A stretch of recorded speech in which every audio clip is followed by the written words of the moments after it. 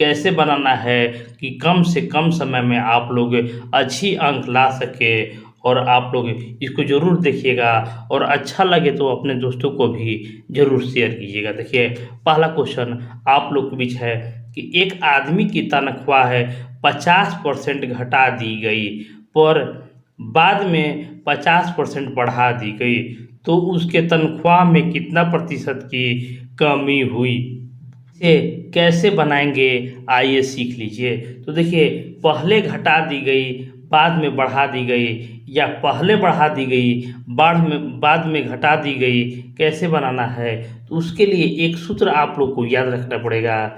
X plus minus Y plus minus X Y बटा 100, ये आप लोग को याद रखना होगा। ये बहुत जगह आपको काम देगा। ये आप लोग गांठ बांध कर याद रख लीजिएगा कि ये सवाल आप लोग को 1 नंबर देकर ही जाएगा। ऐसा सवाल आता ही आता है। सभी सेट में देख लीजिए, सभी एग्जाम में देख लीजिए। आप अगर 2015 से 23 के बीच सभी सेट में देख लीजिए, एग्जाम में देख लीजिए, तो आपको ये एक सवाल आप लोग को ऐसा ही सवाल एक ज़रूर मिल जाएगा। तो ये आप लोग को गांठ बांध लेना है कि ये सवाल आएगा ही आएगा। तो देखिए यहाँ पर कह रहा है आप लोग को समझना है कि यहाँ पर पहले 50% घटा दी गई है। तो देखिए x बराबर हो जाएगा -50। x बराबर कितना हो गया, -50 हो गया।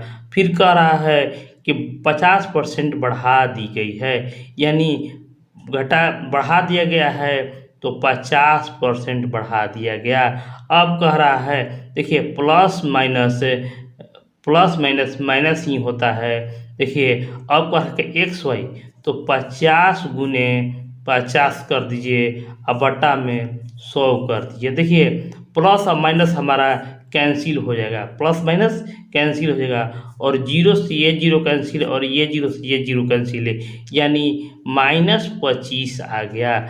-25 आ गया यानी माइनस में आए तो हानि और प्लस में आता तो लाभ। तो कह रहा है कि कितने प्रतिशत की कमी हुआ, तो देखिए हमें 25% की कमी हो गया। देखिए कितना आसानी से हम लोग निकाल चुके हैं। अगर और एक और मेथड आप लोग को जानना है तो ज़रूर ये सीख लीजिएगा। देखिए टोटल अगर आप लोग के पास 100 रुपया है तो 100 का 100% 100 ही होता है। तो क्वेश्चन कह रहा है कि 50% घटा दीजिएगा, यानी 100 का 50% 50 होता है। तो घटा देंगे तो अब 50 बन गया। 50 हमारा 100% हो गया। अब कह रहा है कि 50% बढ़ा दीजिए, तो 50 का 50% यानी इसका आधा, तो 50% बढ़ाएंगे तो 25 ही बढ़ेगा, तो टोटल 75 ही रह जाएगा। टोटल 75 रह गया। तो अब कह रहा है कितना प्रतिशत की कमी हो गया। देखिए पहले 100 था और 75 ही रह गया, यानी 25 की कमी हो गया। देखिए दोनों तरीक़ा से आप लोग को बताया जा रहा है कि आप लोग जैसे भी समझना होगा बहुत ही अच्छी तरह से समझ लीजिए और अपना एग्ज़ाम में अच्छी अंक लाइए। चलिए बढ़ते हम अपने अगले प्रश्न पर।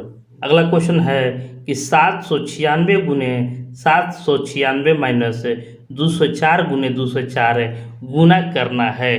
देखिए इतना बड़ा गुना देखकर ही आप लोग छोड़कर भाग जाते हैं, लेकिन इसे कैसे बनाना है कि 2 सेकंड में आप लोग बना सकें, आइए सीख लेते हैं। तो सबसे पहले हम लोग जानते हैं कि देखिए दोनों का ये स्क्वायर है, यानी इसका ये स्क्वायर है और ये स्क्वायर है। मान लीजिए कि ए स्क्वायर माइनस बी स्क्वायर है, तो इसको कैसे लिख सकते हैं, तो ए प्लस बी ए माइनस बी, इसको ऐसे आप लोग लिख सकते हैं। तो बस आप लोग को यही कर लेना है। 796 एक बार जोड़ लीजिए 204 और बीच में देखिए कुछ नहीं है तो गुना है। एक बार 796 माइनस 204 कर लेना है। इसको जोड़ लेंगे तो आ जाएगा 1000। 1000 आ जाएगा। अगुना इसको घटा दीजिए तो कि 6 में से 4 घटेगा, 6 में से 4 घटेगा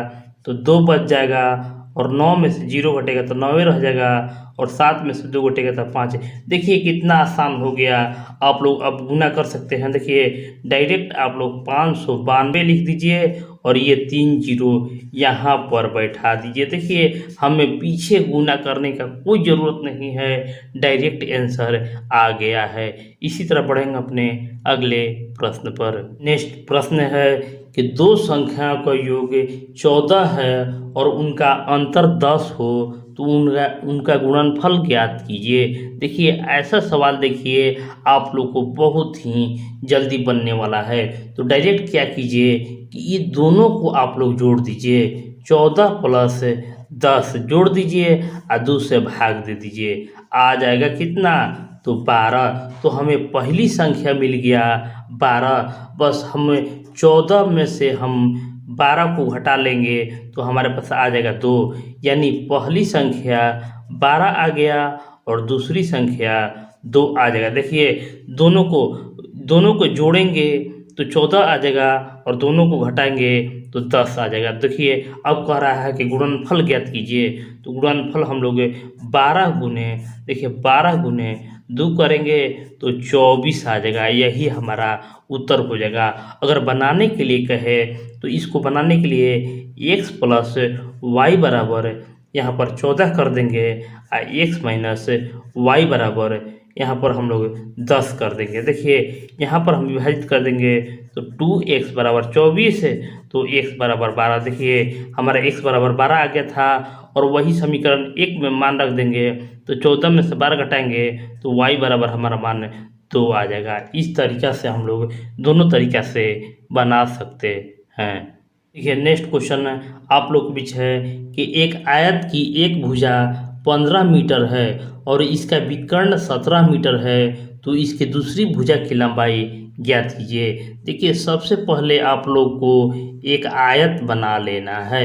आयत बना लेना है जिसकी एक भुजा मान लीजिए कि 15 है और दूसरी भुजा कह रहा है कि विकर्ण जो है वो 17 है और कह रहा है कि दूसरी भुजा की लंबाई ज्ञात कीजिए। यानी इसको कह रहा है कि ज्ञात कीजिए। तो देखिए यहाँ से हम लोग देखेंगे कि ए बी सी डी अगर नाम रखते हैं तो ए बी डी, ए त्रिभुज बन जाता है A B D. A B D का क्षेत्रफल जो होगा, ए बी डी का क्षेत्रफल जो होता है तो यहाँ पर हम लोग देखेंगे कि ए बी के स्क्वायर प्लस ए डी के स्क्वायर बराबर बी डी के स्क्वायर। यानी कर्ण के स्क्वायर बराबर होता है लंबाई के स्क्वायर प्लस चौड़ाई के स्क्वायर। आप लोग जानते होंगे, इसको बस आप लोग को रख देना है। यहाँ पर हम लोग देखेंगे कि ए बी के स्क्वायर, तो ए बी हमारे पास 15 का स्क्वायर है प्लस ए डी के स्क्वायर हमें निकालना है और बी डी के स्क्वायर करेंगे तो 17 के स्क्वायर कर दीजिए। देखिए 15 का स्क्वायर होता है 225 और प्लस एक्स स्क्वायर रह जाएगा और 17 का 289। बस एक्स स्क्वायर बराबर 289 माइनस 225 कर दीजिए। तो एक्स बराबर हमारे पास है एक्स स्क्वायर बराबर 64 है तो एक्स बराबर हमारे पास आ जाएगा 8 है। देखिए x बराबर हमारे पास आ जाएगा 8। यही आप लोग का उत्तर हो जाएगा। अगला सवाल जो है वो ट्रेन से संबंधित प्रश्न है। 1 नंबर आप लोग को पक्का कर देगा। क्वेश्चन है कि एक 100 मीटर लंबी ट्रेन 30 किलोमीटर प्रति घंटा की चाल से चल रही है। उसको एक खंभे को पार करने में कितना समय सेकंड लगेगा। देखिए समय लगेगा, इसको कैसे बनाना है आइए सीख लेते हैं। तो सबसे पहले देखिए 100 मीटर है तो 100 को ऊपर लिख दीजिए और देखिए घंटा है तो घंटा को नीचे लिख दीजिए और इसको सेकंड में बदलने के लिए भाई 18/5 से गुना कर दीजिए। देखिए इसको हल कीजिए तो यहाँ पर हम लोग देखेंगे ये हमारा 20 हो जाएगा और यहाँ से 0 से 0 कैंसिल हो गया और यहाँ से देखेंगे हम लोग तो 6 हो जाएगा। तो 6 गुने 2 हमारा आ गया 12 सेकंड। 12 सेकंड में वह एक खंभे को पार कर जाएगा। फ्रेंड इस वीडियो को लाइक करते रहेगा, अगर अच्छा लगे तो ही लाइक कीजिएगा और अपने दोस्तों को ज़रूर शेयर कर दीजिएगा। चलिए आगे देखिए कि कोष्ठ में 6 + 6 + 6 + 6 भागा 6 है, यहाँ पर है 4 4 है। अब भागा 4 को सरल करना है। कैसे सरल करना है बस आप लोग को देख लेना है। देखिए यहाँ पर कोष्ठ लगा हुआ है, तो कोष्ठ का काम पहले होता है, आप लोग बोर्ड मास जानते हैं, पहले कोष्ठ का काम होता है, तो कोष्ठ के काम को पहले कर लीजिए। तो सभी को जोड़ दीजिएगा तो 24 आ जाएगा, तब कोष्ठ से बाहर निकाल दीजिए, भागा 6 हो गया। और यहाँ पर आप लोग को समझना है, यहाँ पर समझना है कि प्लस है, प्लस है, प्लस है, यहाँ पर भागा है, तो सिर्फ भागा किसके लिए है, तो इसके लिए सिर्फ भागा है, यानी आगे वाला के लिए हम भागा कर सकते हैं। तो यहाँ पर देखिए ये तीनों जो है, ये 3 गो है, ये हमारा जोड़ है, तो 12 कर देंगे। 4 में 4 से भागा दे देंगे, तो देखिए यहाँ पर प्लस था तो प्लस लिख देंगे, और ये देखिए दोनों भागा है तो 4 भागा 4 कर देंगे तो 1 आ जाएगा। यहाँ से 24 में 6 से भाग दीजिए तो ऊपर 4 आ जाएगा, इसको जोड़ दीजिएगा तो 13 आ जाएगा। देखिए कितना आसानी से आप लोग इसको हल कर सकते हैं। 7वां प्रश्न है कि यदि राम को एक काम को 8 दिनों में पूरा करता है और श्याम 5 दिनों में करता है, तो दोनों मिलकर उस काम को कितने दिनों में पूरा कर लेंगे। देखिए इसको हम 2-3 तरीक़ा से आप लोग को बता सकते हैं। देखिए कितना आसान है, आप लोग निकाल सकते हैं। राम देखिए एक काम को 8 दिनों में, और श्याम जो है एक वही काम को 5 दिनों में करता है, दोनों मिलकर काम करेगा तो कितना दिनों में पूरा कर लेगा। उसके लिए सूत्र आप लोग लिख लीजिएगा कि A × B, जब साथ में काम करे तो यहाँ पर A + B, अगर साथ में काम नहीं करे तो यहाँ पर माइनस लगा दीजिएगा। देखिए अब आप लोग हल कर सकते हैं। 8 × 5, 8 - 5 कर, देखिए जोड़ है, देखिए साथ में काम कर रहा है तो जोड़ दीजिए, 8 × 5 होता है 13, तो यहाँ पर 40/13 दिन में वो दोनों मिलकर काम को पूरा कर लेंगे। 8वां प्रश्न है कि चावल जो 9 रुपया 30 पैसा केजी की दर से है, उसे 10 रुपया 80 पैसा केजी मूल्य के चावल के साथ किस अनुपात में मिलाया जाए कि मिश्रण का भाव 10 रुपया केजी हो जाए। देखिए मिश्रण का सवाल कैसे बनाना है ये भी आप लोग को सीखना जरूरी है।